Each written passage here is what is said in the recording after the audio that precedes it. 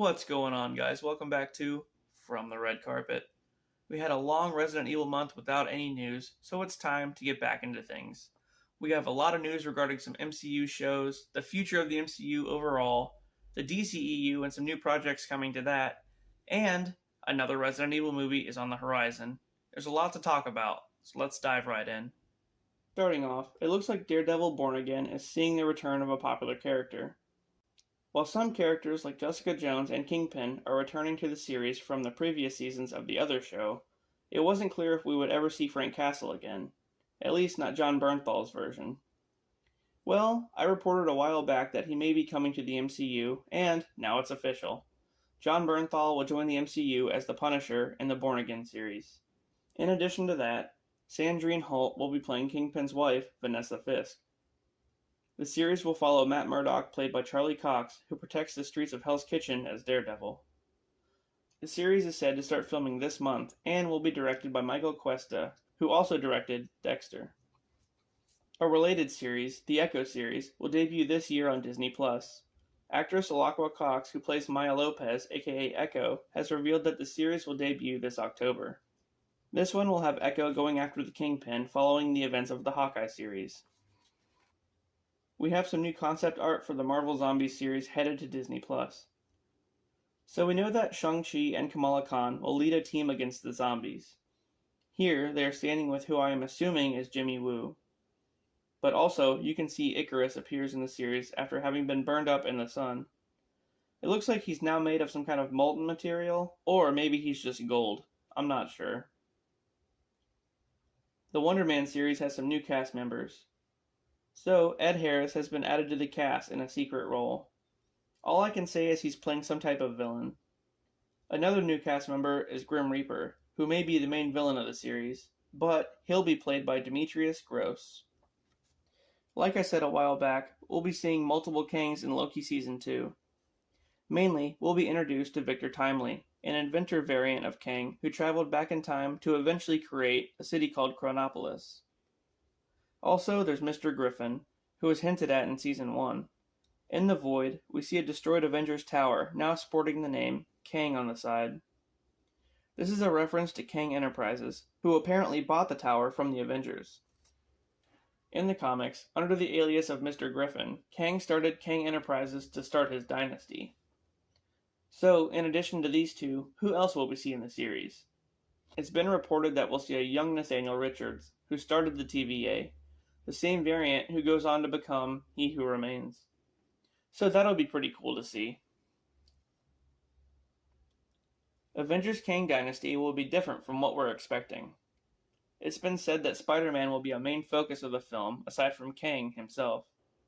But now it's also reported that Doctor Strange will have a key role in the film. And apparently, the film will also try to paint Kang as the protagonist. On one side, you have Doctor Strange, who sees Kang as a threat to the multiverse, wanting to conquer multiple timelines. But on the other side of that, Kang sees himself as the good guy, wanting to save the multiverse from Doctor Strange's variants, who have been causing multiple incursions. So I guess it could be looked at either way. It looks like Avengers Secret Wars may be split into 2 movies. This means that the multiverse saga of the MCU will have 3 Avengers films.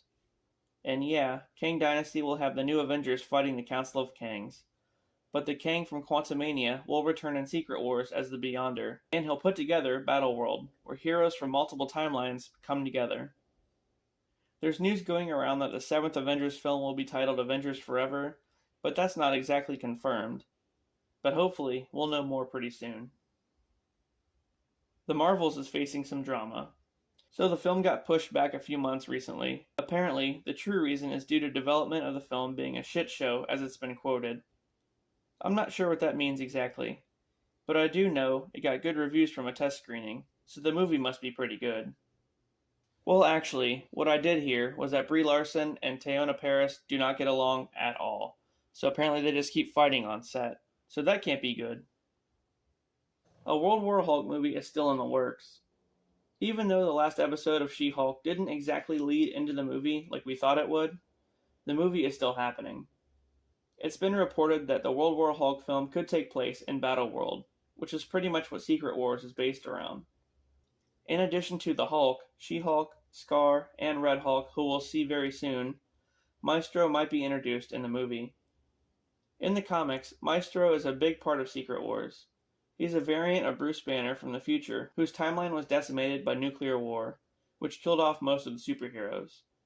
There's no word on when exactly we'll get this movie, but it may not be until Marvel gets all the Hulk rights back from Universal over the next year or two.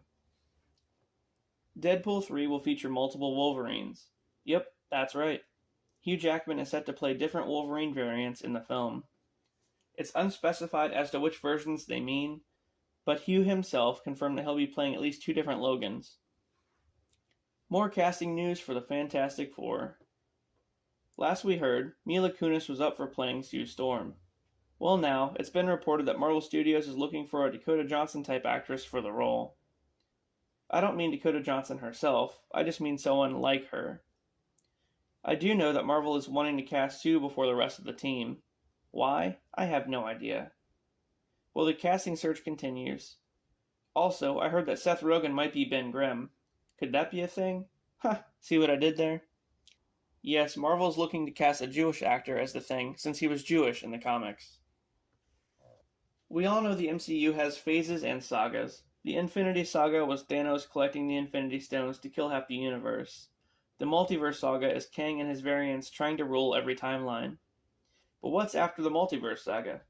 Well, it's been speculated that the X-Men debut in Phase 7 and Phases 7 through 9 will be the Mutant Saga, with Magneto, I'm guessing, being the main villain.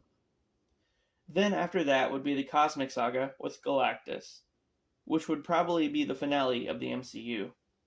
While it's uncertain when exactly we'll see Magneto, or even Doctor Doom for that matter, Galactus is definitely going to be introduced pretty soon. And he'll be the final villain of the MCU overall. Spider-Man Across the Spider-Verse will have ties to No Way Home. As we know, Tobey, Andrew, and Tom will all appear in the movie. Also, the events of No Way Home, with the botched spell, will be mentioned in the movie at some point. The Madam Web movie will have a lot to do with the multiverse as well, with the villain traveling around killing Spider-Man variants. Early on, it was unclear if Dakota Johnson would be playing Cassandra Webb or Julia Carpenter, or if Sydney Sweeney would be Julia Carpenter. It got pretty confusing. We do know that Maddie Franklin will be playing Spider-Woman, right? Well, now it's a little bit more clear. Dakota Johnson will be Cassandra Webb. Sydney Sweeney will be Julia Carpenter, who at first is a version of Spider-Woman and later becomes the second Madam Web. So I think that's where the confusion was. Venom 3 has officially started pre-production. Tom Hardy himself has stated the film is moving along. In this one, we will see Venom return along with Patrick Mulligan, the detective from the previous movie, who is now attached to a symbiote called Toxin. A Batman Beyond film is in the works over at DC. The film will be animated and will be similar to Into the Spider-Verse, but there's no info on who will be playing Terry McGinnis at this time. With all the Ezra Miller drama, will he still be our Flash? After James Gunn took over the DCEU and remade it into the DCU, some actors survived the cut and some did not. This is unrelated to all the fuckery that Miller has been doing prior to the new direction they were going in. It was announced a while back that Miller would be out as Barry Allen following the release of the Flash film, and that a new actor would take over. And we almost didn't even get to see the film, they were going to scrap it, but Miller agreed to go to therapy, so now we get it in theaters. But that doesn't mean he gets to keep being the Flash afterward. We also heard a while ago that Grant Gustin, the Flash from the CW series, would have a cameo, and then we heard nothing else about it. But recent reports say that they're keeping things hush about it because Grant Gustin will be James Gunn's new Barry Allen for the DCU, and that would be pretty cool. We have some Penguin news. So the Penguin spin-off series is coming to HBO Max. Colin Farrell is returning to the role following the Batman film. New to the cast is Clancy Brown, who will be playing Salvatore Maroni in the series. His character was referenced in the Batman quite a bit, so it's cool we finally get to see him. Also, we have a few set photos. Here's one of Colin as the Penguin on set wearing a purple suit jacket, and another closer up. This is going to be a pretty awesome series. There's no exact release date, but we can expect it early next year. We have some set photos for Joker Folie A Deux. Here we have Joaquin Phoenix in costume running around the streets. He sure likes to run around the streets a lot. His face paint is smeared and it looks like he's been wearing it for quite a while. Next, here he is with a stunt double, I'm guessing. And then, this may be him or the stunt double, I'm not quite sure. Lastly is one of a guy in a clown mask, one of his followers. This is going to be a crazy movie, especially since it's a musical. And lastly, guys, we have a new Resident Evil film on the horizon. A couple years back, we got Resident Evil Welcome to Raccoon City, a new take on the beloved series. This film combined the plots of the first two games and featured all four main characters. However, it didn't do well in the box office. Taking about $24 million to make, the film only grossed about $42 million. So it wasn't bad, but not great either. With that being said, Screen Gems is looking to make a sequel. And rather than continue the story and possibly introduce Nemesis, which I don't see how they could with the city gone, they're looking to do a film adaptation of RE4, with Avon Goja back as Leon. This isn't my favorite game in the series, but I guess that's an unpopular opinion because everyone seems to love it. Well, what can I say? At least we're getting another Resident Evil movie at some point. It's still in the way early stages, so there's no other info at this time. Alright guys, that does it for this episode of From the Red Carpet. If you liked the content, please don't forget to like and subscribe for more. And with that, I'll see you on the next one.